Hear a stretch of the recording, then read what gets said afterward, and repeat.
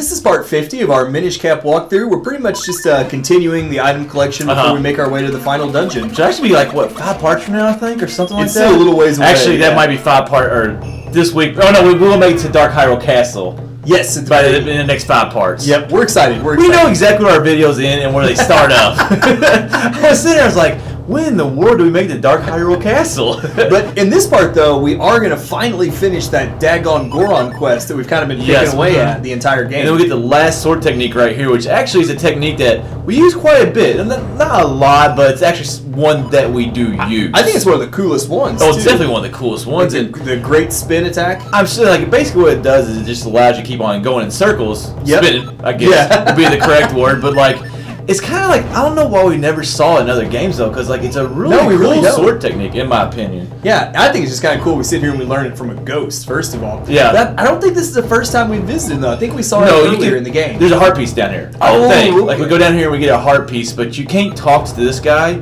And so I think you get all the other Tiger Scrolls. That makes sense. Like you might be able to talk to him, but like he won't teach you anything. Yeah. Well, what I think is really interesting while you're sitting there talking to him, he mentions that only the wielder of the Sacred Blade can actually learn this technique. But obviously, this guy knows it. Yeah. So it makes you wonder if he actually had the Sacred Blade at one point when he was alive. I mean, I guess if you think about it, it's possible that he was a Link, like from back in the day. Now, this is very early in the timeline, so who knows? Maybe it's the Skyward Sword Link. It could be different art style, but but I mean, slightly different. It is a good point, or he could somehow just like know the technique, or something like that, and be able to teach it to other people down the road. Yeah, or maybe he learned it when he died. I don't know. Well, he didn't learn the technique good enough, I can tell you that. No, unless he died at a very old age, I guess. That could have happened. We need more of a background on this guy. Like, we don't know anything about him. I think it's kind of cool that he says he is, Swiftblade the First? Yeah, And I'm like, that'd be kind of cool if we had a little bit of a, what killed him? How did he end up in this swamp? Well, in a 2D Zelda game, you don't always get the story you want to, I guess. No, I guess. Kind of going off topic, that's why I like Skyward Sword so much, because they give you, it's very descriptive. Yeah. They go a lot into the backstories of the game. It actually fleshes out some of those characters a little bit. Some Zelda games do a better job of it than others. I think, like you said, Skyward Sword, I think Majora's Mask does a good job of fleshing out some of the side characters. Definitely. A lot of the handhelds, though, I feel like they do kind of just get mentioned. Well, like we always say, the technology, the limited capabilities at the time. You can only do so much with a handheld / 2D Zelda game. Yeah, we don't need a novel on every single character either. That's true. Now, what we're doing right here is we're going to go fuse some more blue Kinstones with the walls, which is part of the Goron Quest. Yep. Now, these next 2 you could have done earlier in the game, but I probably forgot. But I'm just going to say that I didn't have blue Kinstones that I needed at that particular time. I like that theory a lot better. Which could actually also be true. Now, sorry. I was thinking ahead. For some reason, I thought that spark was going to get you there. I did too. I didn't know the green choo-choo gets me instead. I was ready for the spark, but not the green choo-choo. Yeah, the three fusions we're going to do. Obviously, we're on Mount Cornell right now. I think we have one in the Trilby Highlands and one in Lake Hylia, if I'm not mistaken. Now, it doesn't really matter. Like I said, I did forget these 2, or didn't have blue Kinstones either one at the time. But you can't do the last Goron fusion until you get the Rocks Cave. So you really couldn't complete the quest until now anyway. I mean, honestly, you could have put off all 6 of the fusions till the very end if you wanted to. That's true. But you'd be bouncing around. Might as well do it while you're kind of on your way. But this is very important because it will give us the last bottle, which.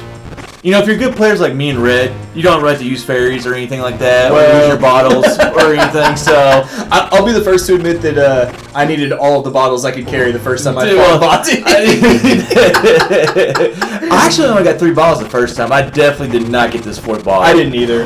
Like we said in a previous part, probably, maybe, I don't know. Folks, we're 50 parts in. We really don't know what we said now in this commentary series, but I never thought the fusion was walls. No. I had to laugh right there when as soon as you turn around from that wall, that choo-choo was just sitting there waiting for you. I thought it was going to mug you there for a minute. Dude, they're slow as crap. How are they always around me? He certainly crept up on you there. He did.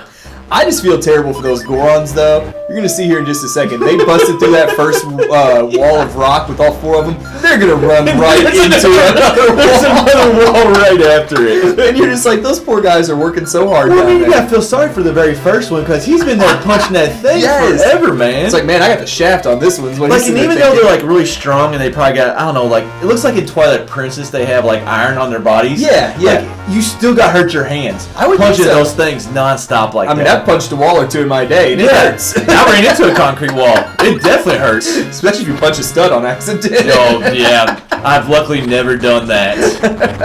I punched a couple walls, after a couple adult beverages. It happens. The bad thing was, I don't think it was ever mad at anything. I think it was just, like, messing around or having fun. I'd say that's a better reason to do it than being mad at something. Oh, so this is our 5th mysterious wall we fused with. And yeah, these Gorons, they ran right into another wall. They've got to be the most furious creature. I mean, like, it's really it's not a long quest, but I mean, it's definitely, like, because I said you gotta get the Rocks Cave to do the last one. It's definitely a quest throughout the entire game, which I seem not to do a lot of those because, like, I just kind of lose interest. Yeah. Like, something that takes the whole game, like a train sequence. Yeah. Is a good example. Like, I usually just lose interest in those and just kind of say, you're like, screw it. They're not important. They're only the upgrade sword or some awesome crap like that. Or the best boomerang ever if you're talking Link's Awakening. Yes. The best weapon in almost any Zelda game, really. Except for the spinner. Except for the spinner. But I'm pretty sure when I finally was at this point in the game, I wasn't even worried about the side quests anymore. I was like, I just want to go to Dark Hyrule Castle and beat the game. Like you said, there's too many side quests. I mean, there's just... Which, I mean... Yeah, if you're like looking for something like a waste of time, there's a lot of stuff that you can do in this game. Yeah. But it's just too much. It is fun how, I guess it's kind of neat how some of these quests do span almost the entire game, though. And like you think the Goron Quest does, if you're doing them kind of as you go along, it spans the entire game. The figurine quest, if you can call that a quest. No, it's a quest. No, it's not a quest. It's a freaking marathon's what that is. Yeah, but the figurine game, spans the entire game unless you want to sit there for hours and hours and hours all at one time. Well, you say figurine? Are we talking about the figurine again? Or? Yeah. Okay, yeah. Well, you have to because you got to meet certain people. You have to meet certain people throughout the game. So that does actually last the entire game because there's some you can't even get till after you beat the game. Exactly. So I do think it's kind of neat how they did manage to come up with some side quests that do span the entire game. But like I said, by this point in the game, I didn't care. Oh, yeah, exactly. Only thing I cared about at this point was just getting the heart pieces. Yep. Well, I didn't think I cared about that. I think I was just like, you know what, screw it. I'm going to the final boss. For our purposes, of course, we're trying to do as close to 100% walkthrough as we can. Well, so one thing we don't do is the Tingle Trophy. So I'm okay with that. 99.9% walkthrough. We're not going to waste our time with the 100 fusions. I think here we are making our way to the...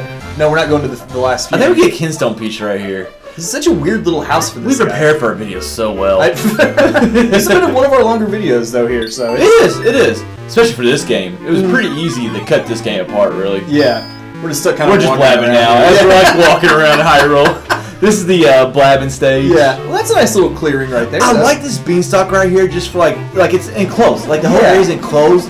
I remember when I first saw that, I was like, well, how in the world do you get to this place right here? So you just see the ladder coming up. I didn't figure it out the first time. I can tell you that.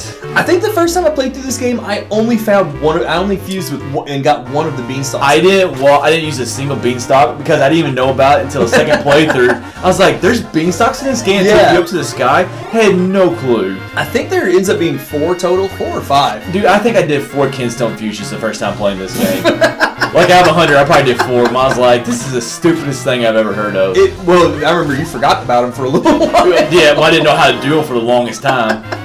Yeah, that kind of cost me. I didn't even learn till Wind Ruin, so who knows how that would have changed my game. Well, I guess you could go back and play it. No, I'm done. No, I played Minish Cat twice. I'm done with it. It's over with. It's a good game, we promise. It is a good game. It is. And man, we do a lot in this cave right here. We'll be spending some of the next part too in this cave. Yes, we do. We kind of load up on some. It kind of goes like 3 or 4 different directions. Like we got some Kinstone pieces, piece of heart, some shells, which I think we actually do need because we did get our last one, but we actually have some that we can get after the game. Yep. So we actually do need the shells again. I hate those stupid enemies right there. Miniature They're so awkward, I'm not sure man. what they're called. They're Moldorms. Miniature Moldorms. That's a good enough name for me. Tower Hera, baby Moldorms. Hey, at least they don't knock you off anything. Oh my god. Well, we bring that fight up numerous times just because we hate it so bad. Oh, it's brutal. It's brutal. We're finally getting our 6th... I'm getting depressed just thinking about it right now. Don't get depressed. We got a lot of commentary to do tonight. That is true. That is true. But we do finally get our 6th Kinstone fusion with the mysterious walls, and these poor Gorons can finally get through. Yeah, no, but here's like, why is his side not like more broken? Like you think it'd be slanted? Yeah, like it seems like it's all proportional, and that doesn't make sense when one person's been punching longer than the other one. Maybe he's just punching a lot weaker because he's tired. I don't know. That's actually a really good point. I honestly did not think it through that far, Red. But that was a very logical point right there. It would also make a lot more sense though if they all just punched through like one little narrow tunnel down I don't understand it, period. So it doesn't matter. Either way, this wraps up part 50 of Minish Cap.